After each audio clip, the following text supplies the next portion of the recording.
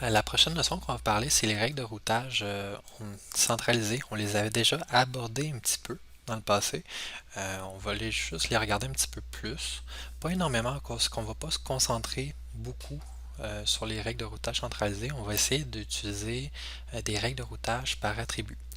Éventuellement, donc, ça va être la notion suivante. Mais je vais quand même parler de ce système-là, parce qu'il y a des choses qui se ressemblent et c'est quand même bien de le comprendre. Donc, c'était possible dans le fichier Startup de pouvoir définir des règles de routage. Et généralement, on avait tout le temps une règle qui ressemblait à ça ici. Donc, une règle qui avait un certain nom, défaut.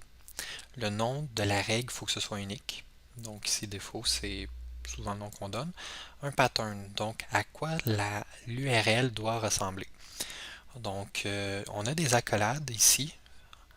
On en a trois paires en fait. Ça correspond à des, euh, à des paramètres. Donc, on a un paramètre qui s'appelle contrôleur, une autre action, puis un autre ID.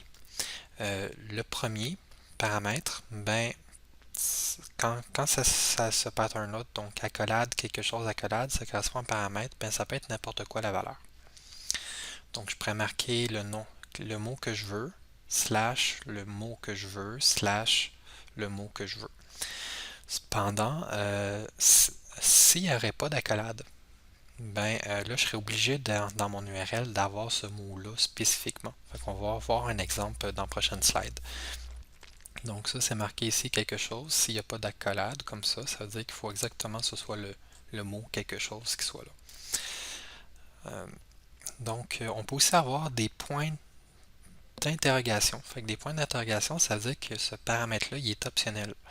Fait que par exemple, ici, le ID, il n'est pas obligatoire. Fait que je peux avoir une URL, mettons, personne slash listé, mais j'ai contrôleur aurait comme valeur, le paramètre contrôleur aurait comme valeur personne, puis le paramètre action aurait comme valeur listée. Ben, ID, il n'y a pas de valeur, puis c'est correct, parce qu'il y a un point d'interrogation, fait qu'il est optionnel. Puis également, le slash qui est avant, il va être optionnel aussi.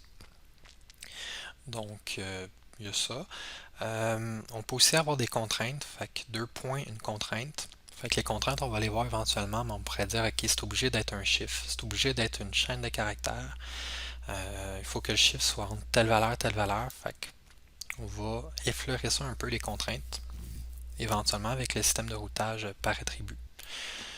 Donc ça, c'est un peu le pattern, les différents formats pour le pattern, comment que ça fonctionne. Et on peut également avoir des valeurs par défaut pour les différents paramètres. Fait que par exemple, je pourrais dire pour le paramètre contrôleur, ben, ma valeur par défaut, ça va être home. Puis pour le paramètre action, ma valeur par défaut, ça va être index.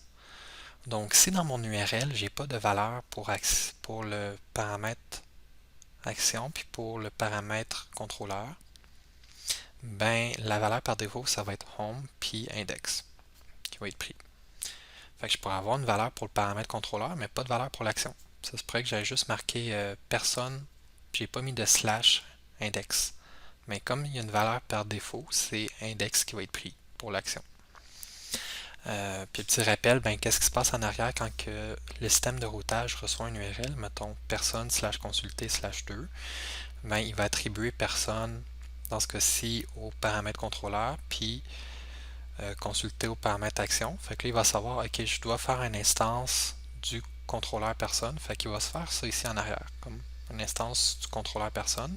Puis il va aller appeler l'action qui correspond au nom qui est ici, fait que consulter en passant le paramètre. Donc on va aller à la prochaine. Donc avec le système de routage centralisé, ben, on peut avoir plus qu'une règle de définie. Donc par exemple, si j'en ai deux, une première puis une deuxième, puis qu'est-ce qui va se passer, c'est qu'ils vont être évalués dans l'ordre. Donc si ta requête, l'URL, par exemple hello ou hello world ou peu importe qu'est-ce qui est ici, match la première pattern, mais c'est cette règle-là qui va être utilisée. Si ça ne matche pas le premier pattern, il va aller en dessous, puis il va aller essayer le deuxième pattern. Puis si aucun des deux match, ben il va dire ok, je te retourne un 404 à cause que j'ai pas trouvé de règle pour répondre à ta demande. Fait qu'un 404 qui n'a pas trouvé. On va faire quelques exemples. Par exemple, si je fais slash hello, mais est-ce que ça match le premier pattern? Là, vous devriez dire non. Pourquoi? à cause que ici c'est marqué qu'il faut que ce soit absolument hello/world, rien d'autre. Donc ça ne matche pas cette règle-là ici. Donc il va aller en dessous. Puis là, il va essayer de voir est-ce que ça matche cette règle-là. Ben, contrôleur, ça pourrait être le hello.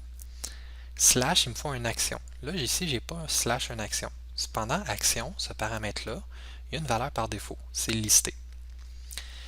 OK, parfait. Puis ID, il n'est pas obligatoire. Donc, lui, qu'est-ce qu'il va comprendre, le système de routage? Ben, il va dire, OK, parfait, ça respecte ce pattern-là ici. Donc, il va aller chercher un contrôleur qui s'appelle Hello contrôleur, puis il va chercher l'action listée sur ce contrôleur-là. Si vous voulez le tester dans l'application, parce que vous faites tester ces règles-là, mais ça n'existe pas le contrôleur Hello. Fait qu'il va te retourner un 404. Fait que si vous voulez, vous pouvez tester ces différentes requêtes-là. Si tu essaies de faire Hello slash attends, j'ai dit que le contrôleur n'existe pas. Il faut que je recommence. Le contrôleur existe, mais l'action listée n'existe pas dessus. Si j'essaie de faire la deuxième requête, hello/world, ben, ça correspond exactement à ce pattern-là. Qu'est-ce qu'il va faire? Il va aller appeler, il va se créer une instance contrôleur hello, fait que hello contrôleur, puis il va aller appeler l'action action 1. Puis là, ben, dans le code que vous avez, cette action-là existe. Donc, le système de routage va transférer l'action à ce contrôleur-là. Personne/listé, ben, ça tomberait pas dans cette pattern-là, mais dans ce pattern-là ici. On a défini clairement la valeur pour contrôleur, fait qu'il n'y a pas besoin de la valeur par défaut, fait que ce serait personne. Pour l'action, on aura clairement défini c'est quoi l'action, ce serait listé, fait qu'on n'a pas besoin de la valeur par défaut qui est listée. Fait que, puis on n'a pas de valeur pour l'ID, fait qu'il va transférer ça à contrôleur personne, l'action listée. Le prochain, c'est le même principe. On a défini la valeur pour le contrôleur, mais on n'a pas défini de valeur pour l'action. On n'a pas slash une action. Fait qu'il va prendre l'action par défaut qui est listée. Fait qu'il va transférer ça à personne listée. Si on a juste un slash, fait qu'on n'a ni de valeur ni pour le contrôleur, ni pour l'action, ni pour l'ID, mais il va prendre les valeurs par défaut. Personne listée. Fait qu'il envoie ça tout à la même place. Fait que ces trois URL-là, finalement, ça te mène à la même emplacement. Si j'essaie d'appeler personne/zzz, mais dans ce cas-ci, il va donner une erreur parce que l'action zzz n'existe pas sur le contrôleur. Fait que c'est ça. Fait que ça, c'est un petit retour sur le système de routage centralisé avec peut-être on a approfondi un petit peu certains concepts.